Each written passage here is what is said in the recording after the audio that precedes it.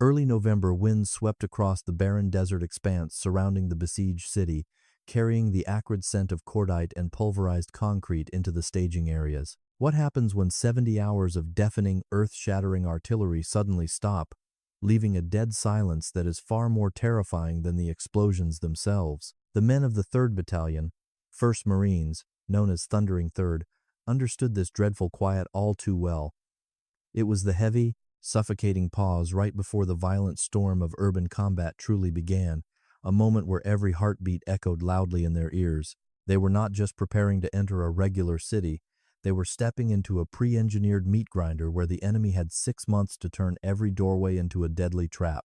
Sergeant Thomas Miller methodically checked the action of his M16A4 rifle, his weathered face showing no trace of the anxiety knotting his stomach.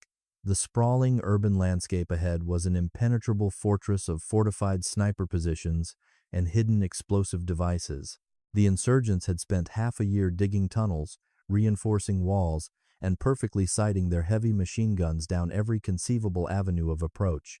Around Miller, the young Marines of his squad adjusted their heavy ceramic armor plates and triple-checked their ammunition pouches in the fading twilight. Corporal James Evans, affectionately known as Doc, was busy inventorying his massive medical kit for the 4th time that hour. Make sure your tourniquets are staged exactly where you can reach them with one hand.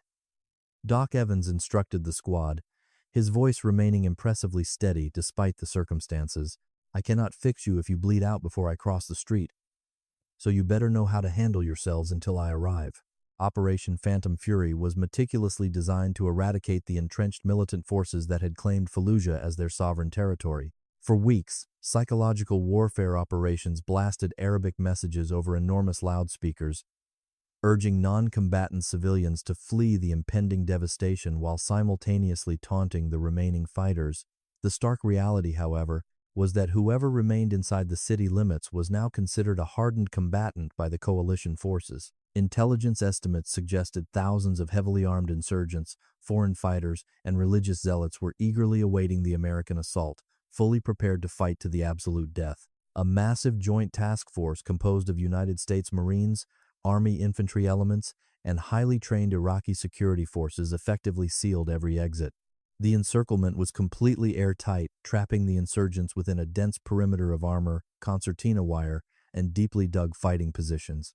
Artillery batteries positioned miles away began a relentless barrage, dropping high explosive shells onto suspected enemy strongholds with terrifying precision. Each tremendous impact sent massive shockwaves rippling through the cold night air, vibrating in the chests of the waiting infantrymen and serving as a brutal reminder of the imminent destruction.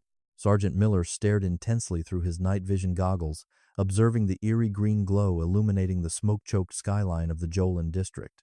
"Listen up, gentlemen," Miller said firmly, his low voice carrying clearly over the distant rumble of dropping bombs. "They know we are coming, and they want us to bleed for every single inch of concrete we take from them today. Stay tight, watch your sectors, and trust the man standing next to you, because hesitation out there will get you killed instantly." The squad nodded silently in the dark, absorbing the grim reality. The overarching strategic objective was brutally simple in its conception but incredibly complex in its execution. Push from north to south. Coalition forces aimed to systematically clear the entire city like a massive, heavily armed broom sweeping through a labyrinth of chaos. However, urban combat historically negated almost all conventional technological advantages held by modern militaries, bringing the fight down to its most primitive level. Air supremacy meant little when the enemy was situated in the basement directly below you, operating entirely unseen and completely shielded from overhead reconnaissance flights. To mitigate the severe dangers of this urban maze, military engineers utilized massive armored bulldozers to smash through protective barricades. These heavily modified steel beasts roared violently into life, their massive diesel engines spewing thick black exhaust fumes into the cold air. They were the terrifying vanguards of the impending assault, designed to tear down the elaborate defenses meticulously constructed by the insurgents over months. Behind these mechanical behemoths, the infantrymen huddled closely, utilizing the massive steel blades as mobile cover against the inevitable barrage of sniper fire that awaited them. Doc Evans wiped a thick layer of dust from his protective goggles, feeling the familiar adrenaline rush flooding his nervous system. "Hey, Sergeant, how much longer until we actually cross the breach point?" Doc asked quietly, trying to suppress the nervous tremor in his hands. "Any minute now, Doc," Miller replied without looking back, his eyes remaining permanently fixed on the dark, foreboding skyline of the city. "Just keep your head low when we move, and remember that every pile of trash on that street could be rigged to blow us apart."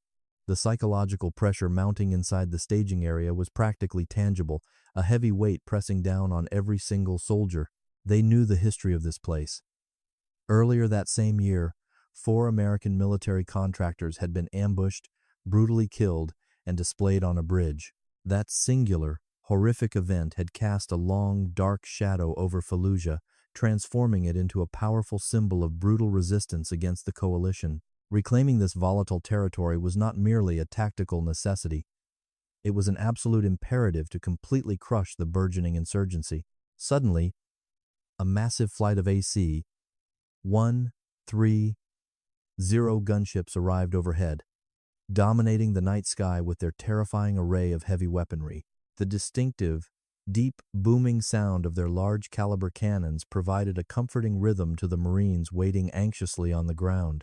Tracer rounds rained down from the heavens like thick streams of fiery liquid, thoroughly obliterating suspected defensive strongpoints with devastating and calculated efficiency. It was a spectacular, terrifying display of overwhelming American firepower intended to shatter the enemy's resolve before the ground troops even crossed the designated line of departure. "They are getting absolutely hammered right now," a young rifleman whispered loudly, watching the distant explosions light up the horizon. "Do not get overly confident, kid," Sergeant Miller replied sternly, instantly shutting down any false sense of security within his ranks. "Bombs only destroy the buildings, but they do not automatically kill the deeply dug-in fanatics hiding underneath the reinforced concrete basements. We still have to go in there physically and dig them out of their miserable little rat holes with our own bare hands." Then the deafening bombardment abruptly ceased, leaving a chilling, absolute silence that seemed to vacuum all the remaining oxygen from the desert air. It was the precise silence they had all been dreading, the unmistakable signal that the destructive preliminary phase had officially concluded. The sudden absence of noise was physically jarring, causing hearts to beat faster as the stark reality of the imminent infantry assault set in. Everyone understood that the next loud sound they heard would likely be the crack of an enemy rifle aimed directly at their heads. The radio clipped onto Miller's armored vest crackled sharply to life, breaking the tense silence with a burst of static electricity. "All Victor units, this is actual. Execute Phase 1. Move to your designated breach points immediately," the company commander ordered over the encrypted channel. Miller took one final deep breath of the cold desert air, letting it out slowly to center his racing, adrenaline-fueled thoughts. "All right, Marines, this is it," Miller commanded, raising his rifle to the ready position. "Move out and stay low. We are officially crossing the line of departure." The squad advanced cautiously through the darkness, their heavy boots crunching softly against the gravel and scattered debris of the desert floor. They approached the imposing railroad tracks that effectively served as the northern boundary of the city, a clear line of demarcation between safety and hell. Beyond those rusted steel tracks lay the notorious Jolan district, a chaotic, tightly packed residential labyrinth notorious for harboring the most violent insurgent factions. Intelligence reports indicated that the narrow streets ahead were thoroughly rigged with thousands of deadly improvised explosive devices hidden beneath the trash. As they stepped over the cold steel rails, a sudden blinding flash erupted violently from a nearby building, instantly illuminating the dark street. "Contact front! Get down!" Miller roared at the top of his lungs, instinctively diving hard into a shallow ditch alongside the dirt road. The deafening crack of a rocket-propelled grenade streaking overhead was immediately followed by the terrifying, sustained chatter of multiple heavy machine guns opening fire. The battle had officially commenced, and the overwhelming volume of incoming fire quickly proved that the enemy was highly organized and fiercely determined. Bullets viciously snapped through the air mere inches above their prone bodies, ripping large chunks of concrete from the walls surrounding their exposed position. Doc Evans pressed his face tightly into the filthy dirt, clutching his medical bag to his chest as if it were a protective shield. Suppressing fire. "Hit that second-story window now," Miller screamed, expertly shouldering his rifle and sending a rapid 3-round burst toward the muzzle flashes above. The squad responded instantly, unleashing a devastating wall of lead that temporarily silenced the insurgent gunner and allowed them precious seconds to maneuver.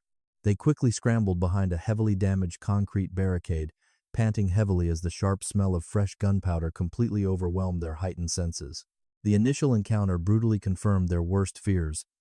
The pre-assault bombardment had not eliminated the entrenched fighters waiting deep inside the concrete structures. They were stepping confidently into a graveyard of shattered concrete and long shadows, entirely unaware that the very rubble beneath their boots had eyes.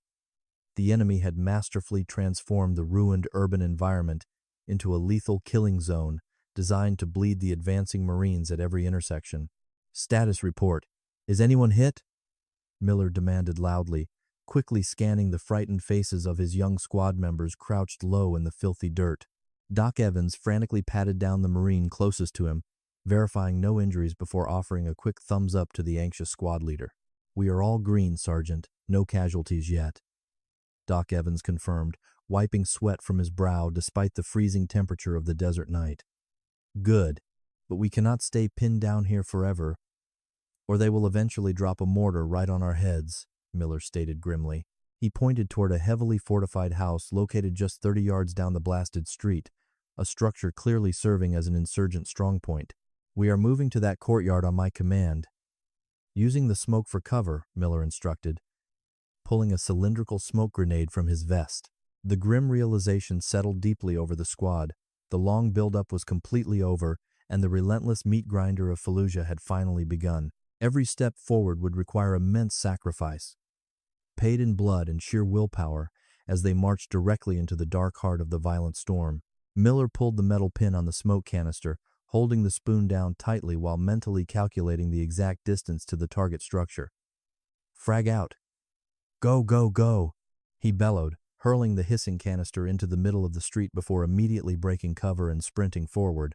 Thick white smoke rapidly billowed out, creating a temporary blinding screen that partially obscured their desperate, frantic dash across the dangerous, debris-filled open ground.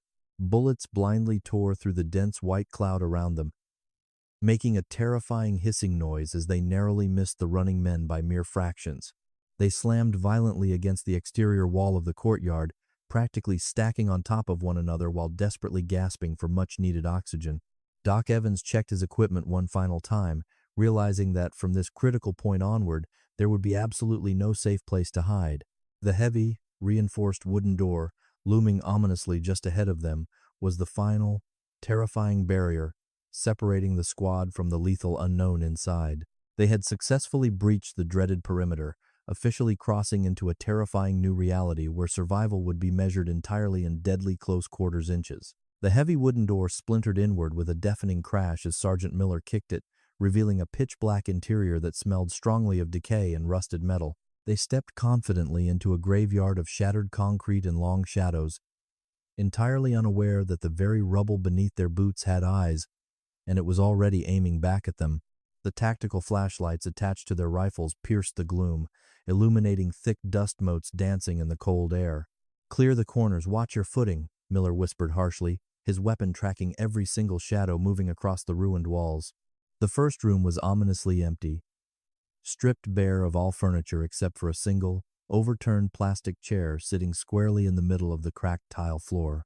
Doc Evans moved cautiously behind the lead element, his eyes scanning the ceiling for improvised booby traps constructed from artillery shells and tripwires. The silence inside the structure was absolute and unnerving, standing in stark contrast to the chaotic symphony of heavy machine gun fire echoing from the adjacent streets outside. They had breached the outer perimeter, but the real nightmare of Fallujah was just beginning to unfold in the dark. As the squad pushed aggressively toward the kitchen, the concrete floor suddenly gave way beneath the point man's heavy combat boots, revealing a hidden shaft. The first shot didn't come from a window or a roof. It erupted from beneath the street itself, signaling the beginning of a subterranean nightmare they had never trained for. An insurgent hiding in the narrow spider hole unleashed a blinding burst of automatic fire directly upward, immediately forcing the Marines to scramble backward. "Contact below! Frag the hole!"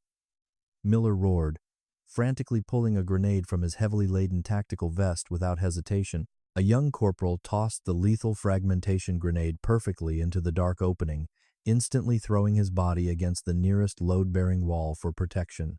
The confined explosion shook the entire foundation of the house, blowing a massive plume of gray dust and pulverized concrete straight up through the jagged hole. A sickening groan echoed from the dark cavity, confirming the immediate neutralization of the hidden subterranean threat that had nearly killed their lead element. Move past it, keep pushing before they reorient, Miller commanded loudly, coughing heavily as the thick, acrid smoke rapidly filled the suffocatingly tight corridor. They violently breached the back doorway, spilling out into a narrow, trash-filled alleyway that smelled violently of raw sewage and unburned diesel fuel. The labyrinthine nature of the Jolin district became terrifyingly apparent. The streets were impossibly tight, completely negating the protective advantages of their heavy armored vehicles. They were entirely on their own, forced to navigate a deadly three-dimensional chessboard where death could easily rain down from any window, rooftop, or hidden basement. The harsh reality of urban warfare settled heavily upon their shoulders as they slowly advanced through the treacherous, debris-strewn kill zone of the alley. Suddenly, a coordinated ambush was aggressively sprung from a heavily fortified mosque located approximately 200 meters down the main thoroughfare. Heavy-caliber armor-piercing rounds viciously tore through the exterior walls of the surrounding buildings, effortlessly turning solid concrete structures into deadly, high-velocity shrapnel. "Take cover, we are caught in a fatal crossfire," a panicked rifleman screamed, desperately diving behind the rusted husk of an old, burned-out civilian vehicle. The overwhelming volume of enemy fire effectively pinned the entire squad down, completely preventing any forward movement or tactical maneuverability within the narrow, highly exposed alleyway constraints. Sergeant Miller evaluated the rapidly deteriorating tactical situation, realizing that staying purely defensive in this lethal kill zone would undoubtedly result in total squad annihilation. "Doc, keep everyone's head down. I am calling in heavy air support right now," Miller yelled over the deafening cacophony of incoming automatic fire. He aggressively keyed his radio handset, demanding immediate close air support on the mosque coordinates, despite the extreme proximity to friendly infantry positions. The rules of engagement had been brutally simplified by the sheer ferocity of the insurgent resistance.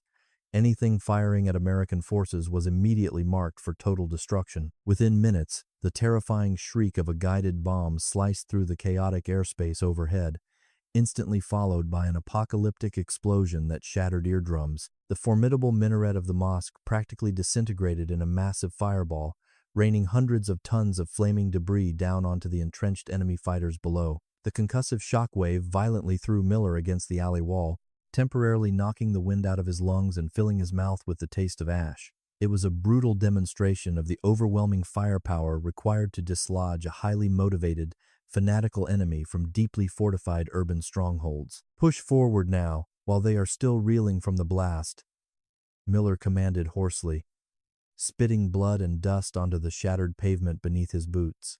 The squad aggressively bounded down the devastated street, aggressively leaping over the broken bodies of insurgent fighters who had been caught in the devastating airstrike. The brutal reality of close-quarters combat was visceral and utterly unrelenting, devoid of any romanticized notions of battlefield glory or cleanly executed tactical maneuvers. Every single inch of ground gained in Fallujah was paid for with staggering amounts of high explosives, sheer terror, and the absolute destruction of property. As they approached a large, multi-story residential compound, a lone insurgent unexpectedly stepped out from a shadowed doorway, raising an old Kalashnikov rifle. Before the fighter could even squeeze the trigger, 3 Marines instantly engaged, their disciplined training completely overriding their natural human hesitation to kill at close range. The insurgent violently crumpled to the ground, his weapon clattering loudly against the blood-stained concrete as the squad swiftly pushed past his lifeless body without pausing. In this unforgiving concrete hellscape, hesitation meant certain death, and compassion was an absolute luxury that none of these young men could currently afford. They established a temporary defensive perimeter inside the ground floor of the compound, rapidly boarding up shattered windows and assigning overlapping fields of protective fire. Doc Evans meticulously checked each exhausted Marine, dispensing heavy painkillers to those suffering from minor shrapnel wounds and desperately needed water to combat severe dehydration. "Drink up, gentlemen. because we still have another 50 blocks of this nightmare left to clear before we reach the southern boundary," Doc stated grimly. The physical toll was already becoming extremely evident on their young faces, which were completely covered in a thick mixture of gray dust and dark blood. Sergeant Miller sat heavily against a bullet-pocked wall, staring blankly at the ruined family photographs scattered carelessly across the dirty, debris-covered living room floor. He knew the insurgents were actively using these brief lulls in fighting to violently reposition their forces and prepare even deadlier ambushes deeper inside the city. The initial breach had been successful, but they were now entirely surrounded by an extremely hostile urban environment that constantly sought to consume them whole. They had successfully forced their way into the brutal meat grinder, and now the only possible way out was to fight straight through the middle. The deeper they pushed into the labyrinthine heart of the Jolin district, the more the surrounding architecture seemed to actively suffocate them. Sunlight struggled to penetrate the narrow alleyways, blocked entirely by towering concrete walls and the dense, oily black smoke pouring from countless burning buildings. In the suffocating dust of Fallujah, a simple wooden door did not merely separate two rooms. It separated the living from the dead in a span of 3 blinding, violent seconds. Every single entryway they encountered was a heavily fortified threshold, leading directly into a meticulously prepared insurgent death trap. Military tacticians clinically described doorways and narrow staircases as fatal funnels, spaces where advancing troops are completely exposed and highly vulnerable to concentrated enemy fire. Sergeant Miller intimately understood that theoretical training could never adequately prepare a young Marine for the visceral terror of actually crossing that lethal threshold. "Stack up on the left side, prepare to breach on my command, and remember to violently dominate your assigned corners," Miller ordered, his voice tightly controlled despite the pounding adrenaline. They stood shoulder to shoulder against the crumbling wall, their breathing shallow and rapid in the heavily dusty air. Coalition commanders possessed the most advanced weaponry in human history, dominating the skies with unmanned drones and heavily armed fighter jets that could obliterate entire city blocks. However, you can drop all the bombs in the world, but eventually, an 18-year-old Marine has to walk into a dark room and look the enemy in the eye, and that is where all modern technology utterly fails. The multi-story residential structure towering before them was suspected of housing a high-value insurgent command node, heavily defended by foreign fighters who had sworn an oath of glorious martyrdom. "Breaching now. Go!" Miller roared, violently kicking the heavy steel door off its reinforced hinges and immediately surging into the dark, smoke-filled hallway with his weapon raised. The lead Marine, a 19-year-old private, was instantly met with a deafening wall of automatic weapon fire, pouring aggressively from a fortified barricade at the top of the stairs. The private's heavy ceramic chest plates absorbed 3 direct impacts, the sheer kinetic energy violently knocking him backward onto the debris-covered floor. "Man, down in the fatal funnel! Suppressing fire! Get him out of there now!" Miller screamed frantically. Deafening chaos instantly erupted within the confined space as the remaining Marines aggressively returned fire, filling the narrow hallway with blinding muzzle flashes and choking gun smoke. Doc Evans crawled desperately forward under the ferocious stream of enemy bullets, grabbing the wounded private by his tactical vest and dragging him forcefully toward cover. "I have him, Sergeant. Keep them suppressed!" Doc yelled loudly, his hands already instinctively reaching for the heavy trauma shears attached to his medical kit. The overwhelming noise inside the structure was physically painful, a continuous roar of pure, unfiltered violence and destruction. The entrenched insurgents held the high ground, using their heavily barricaded position on the second-floor landing to rain deadly accurate fire down upon the trapped squad. Suddenly, the distinctive metallic clink of a cylindrical object bouncing rapidly down the concrete stairs echoed clearly over the deafening cacophony of the intense gun battle. "Grenade! Get down against the wall!" Miller bellowed frantically, throwing his entire body over a younger Marine mere seconds before the explosive device violently detonated. The tremendous blast shattered the remaining windows, filling the air with lethal shrapnel and thick, blinding gray dust. Ears ringing loudly and vision blurred by the heavy smoke, Miller stubbornly pushed himself up from the debris-littered floor, his fierce determination completely overriding his physical pain. "We cannot stay pinned down here, or they will slowly pick us apart from above," Miller shouted, pulling 2 fragmentation grenades from his armored vest pouches. "Frag out! Throwing blind!" he yelled, aggressively lobbing both explosives sequentially up the dark stairwell, aiming directly for the heavily fortified insurgent machine gun nest.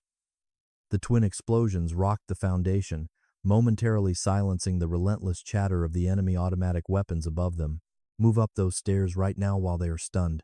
Do not give them a single second to recover, Miller commanded fiercely, immediately leading the dangerous charge upward. They violently breached the second-floor landing, stepping aggressively over the mutilated bodies of 3 foreign fighters who had been caught directly in the devastating grenade blasts. The air up here was practically unbreathable, a toxic, suffocating mixture of pulverized drywall, burning plastic, and the incredibly sharp metallic scent of fresh blood.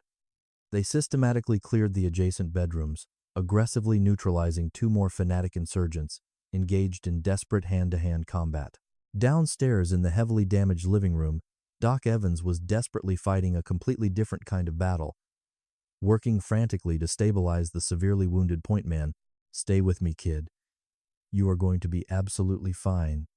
Just keep your eyes completely open," Doc murmured reassuringly, applying a heavy pressure dressing to a bleeding shrapnel wound. The young private was pale and shivering violently, his body rapidly going into severe shock from the massive blunt force trauma inflicted upon his chest plates. Doc expertly administered a vital dose of morphine, his blood-stained hands moving with practiced precision. The grueling process of clearing the massive house room by bloody room extracted an immense, immeasurable psychological toll on every single Marine involved in the violent assault. Each closed door represented a terrifying gamble with death, requiring immense courage to physically cross the threshold into the dark, unknown spaces waiting aggressively behind the wood. The brutal intimacy of this close-quarters combat was utterly soul-crushing, forcing these young men to witness the horrifying, visceral realities of human destruction at arm's length. They operated entirely on pure adrenaline and rigorous training, their exhausted minds completely numb to the surrounding horror. After what felt like an absolute eternity of relentless, heart-pounding violence, Sergeant Miller finally reached the heavily damaged rooftop, officially declaring the entire structure fully secure. He collapsed heavily against a low concrete parapet, his uniform completely soaked in sweat and his chest heaving violently as he desperately gasped for clean air. The elevated vantage point offered a truly terrifying panoramic view of the devastated Jolin district, revealing countless plumes of thick black smoke rising ominously from shattered neighborhoods. The brutal battle for Fallujah was raging fiercely all around them, consuming the ancient city in apocalyptic flames. "Command, this is Victor 2. The primary target building is completely secure, but we have sustained 1 urgent casualty requiring immediate medical evacuation," Miller reported tiredly over the radio. "Copy that, Victor 2. Consolidate your current position and prepare for heavy enemy counterattacks," the static-filled voice of the company commander coldly replied through the earpiece. Miller looked down at his visibly trembling, blood-stained hands, knowing deep down that surviving this single horrifying house was merely a small, Pyrrhic victory. The darkest, most dangerous hours of the unrelenting urban meat grinder were still rapidly approaching from the dense urban shadows. The enemy did not retreat. They simply melted into the floorboards and the walls, only to rise again with devastating fury when the Marines thought the bloodiest work was finally over. The intense initial assault had successfully fractured the primary insurgent defensive lines, but the deeply entrenched defenders were merely regrouping for a brutal secondary phase. Sergeant Miller and his exhausted squad quickly realized that capturing a building was only half the terrifying battle. Holding that shattered concrete structure against highly coordinated fanatical counterattacks from hidden subterranean tunnels proved completely horrifying. Dawn broke over the shattered industrial zone, casting long, eerie shadows across the completely pulverized concrete landscape of central Fallujah. The heavily armed Marines had been awake and fighting continuously for nearly 72 hours, surviving on practically nothing but pure adrenaline and heavily rationed water. Physical exhaustion was beginning to dangerously cloud their tactical judgment, making every movement sluggish and every decision infinitely harder to process under extreme stress. Doc Evans meticulously checked his dwindling medical supplies, his bloodshot eyes staring blankly at the ruined urban wasteland spreading violently before them. A sudden, sharp crack echoed loudly through the morning air, instantly followed by the terrifying sound of a high-velocity bullet striking the heavy concrete parapet. "Sniper! Everyone get completely flat right now," Sergeant Miller roared aggressively. pulling a young private down onto the dusty roof just as a second round viciously impacted the wall. The sophisticated insurgent snipers were incredibly patient and terrifyingly accurate, utilizing heavily modified rifles perfectly concealed deep within the surrounding urban rubble.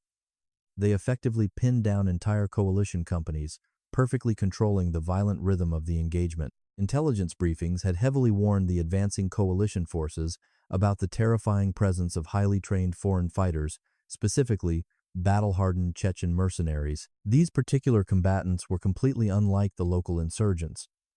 They possessed extensive combat experience from brutal urban conflicts in Grozny and operated with ruthless military efficiency. How do you fight an enemy who considers his own death not as a tactical failure, but as his ultimate, desired victory?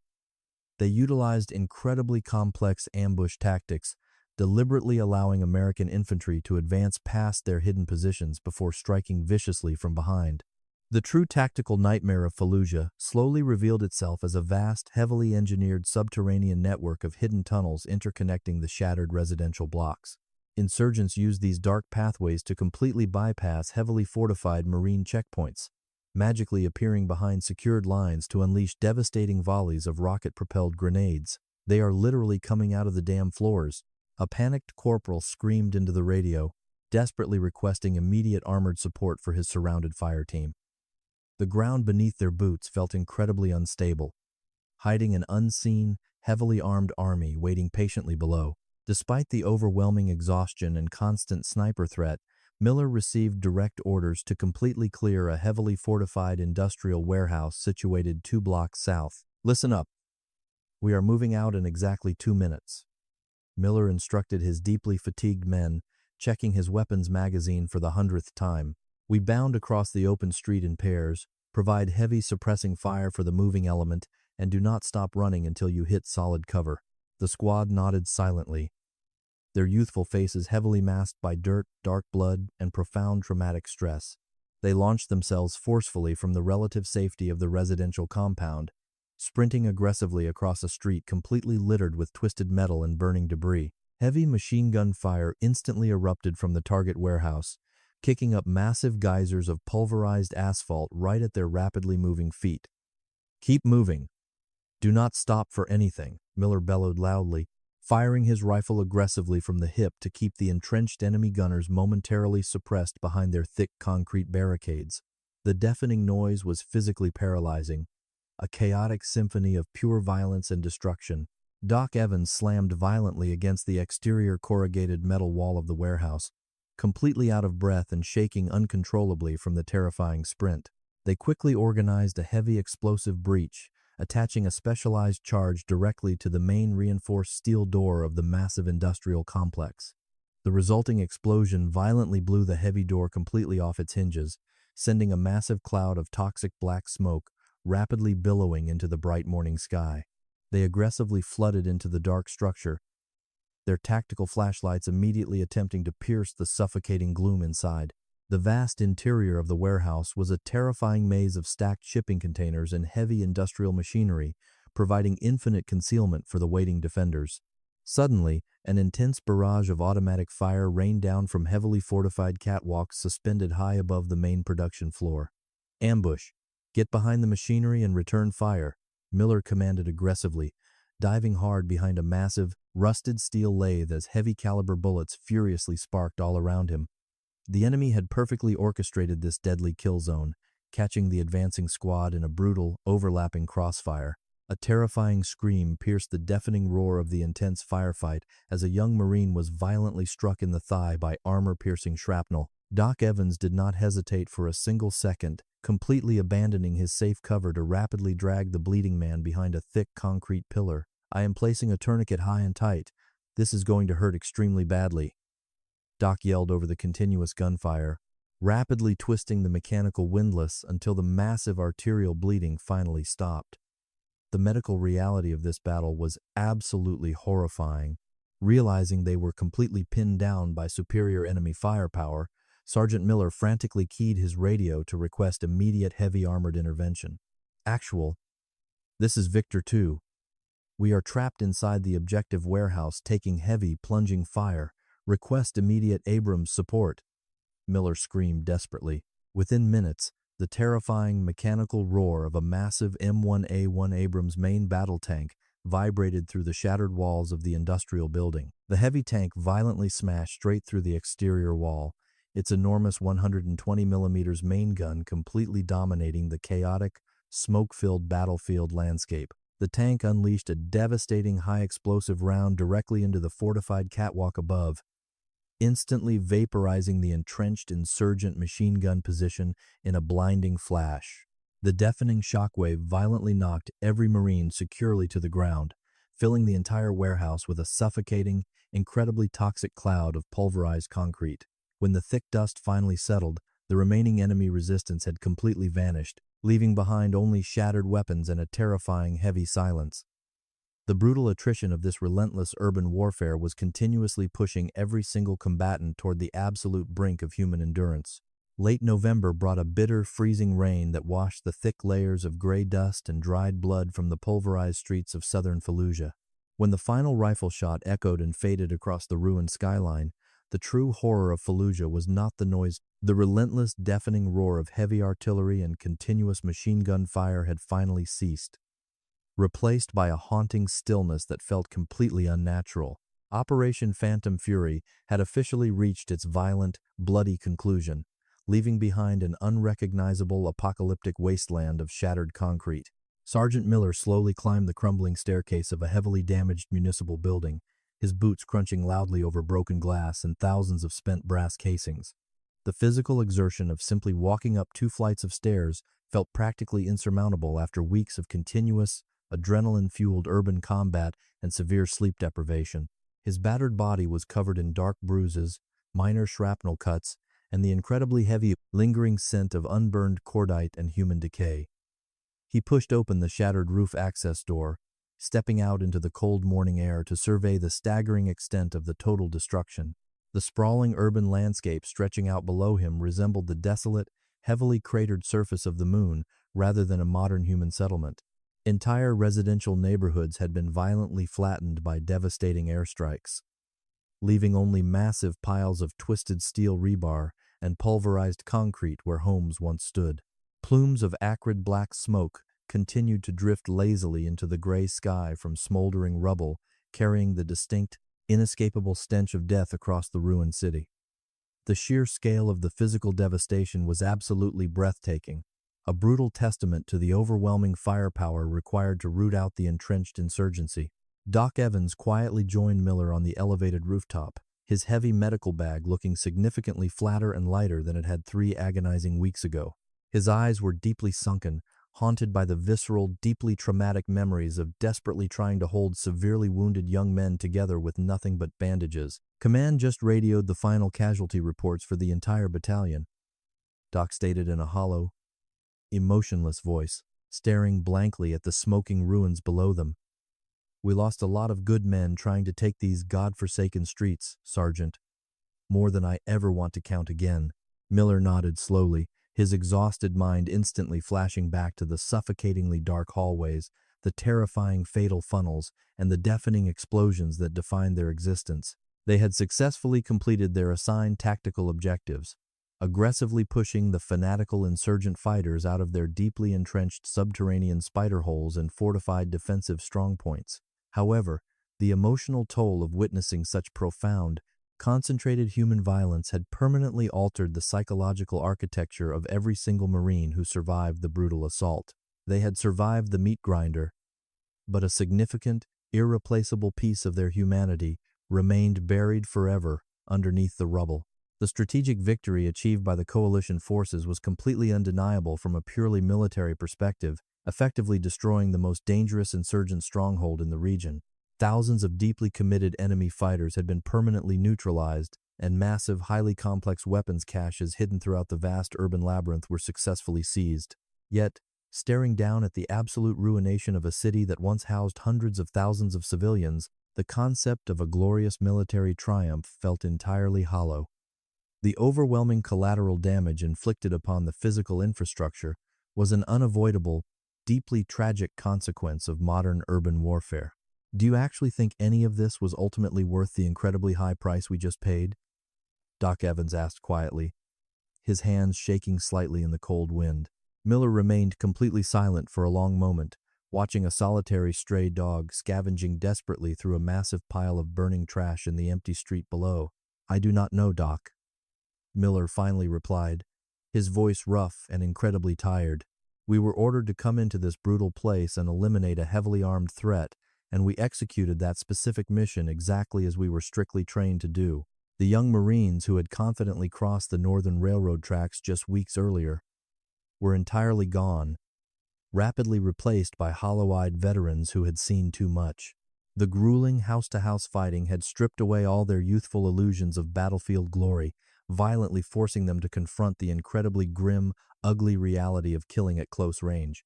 They had learned to instinctively fear open doorways, dark windows, and even the simple act of walking down a completely silent, empty residential street. These deeply ingrained psychological survival mechanisms would seamlessly follow them back home, completely altering how they interacted with the world. Military historians would eventually analyze the Second Battle of Fallujah as the most intense urban combat operation involving American forces since the brutal fighting in Vietnam.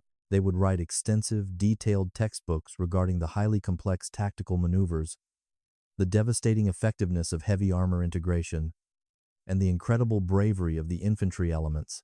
However, those academic summaries would completely fail to capture the suffocating terror of a blind stairwell assault or the metallic taste of raw adrenaline. Only the men who physically bled on those devastated streets would ever truly understand the profound nature of this brutal conflict. Down on the shattered streets, heavily armored recovery vehicles slowly began the grim process of clearing the massive debris and meticulously searching for any remaining unexploded ordnance.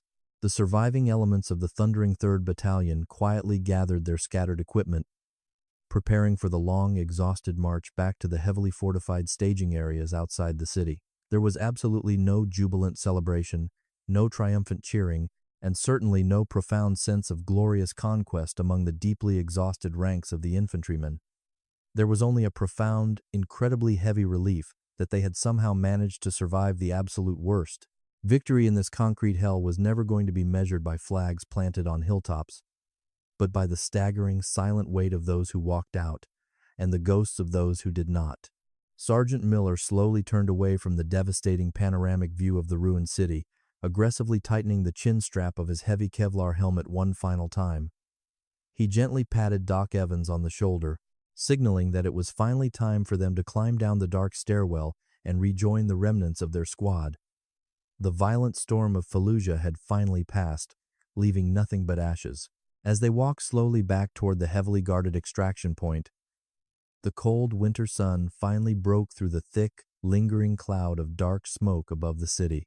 The pale light illuminated the heavily scarred concrete walls, casting long, solemn shadows across the treacherous ground they had fought so fiercely to capture from the entrenched enemy. The Second Battle of Fallujah was permanently etched into the bloody annals of military history, standing as a stark, unforgiving monument to the extreme horrors of modern urban combat. The brutal crucible of concrete had profoundly tested them all, leaving an eternal, unforgettable legacy. The commanding officers began coordinating the massive logistical nightmare of securing the shattered perimeter to completely prevent any surviving insurgent factions from violently infiltrating the secured sectors.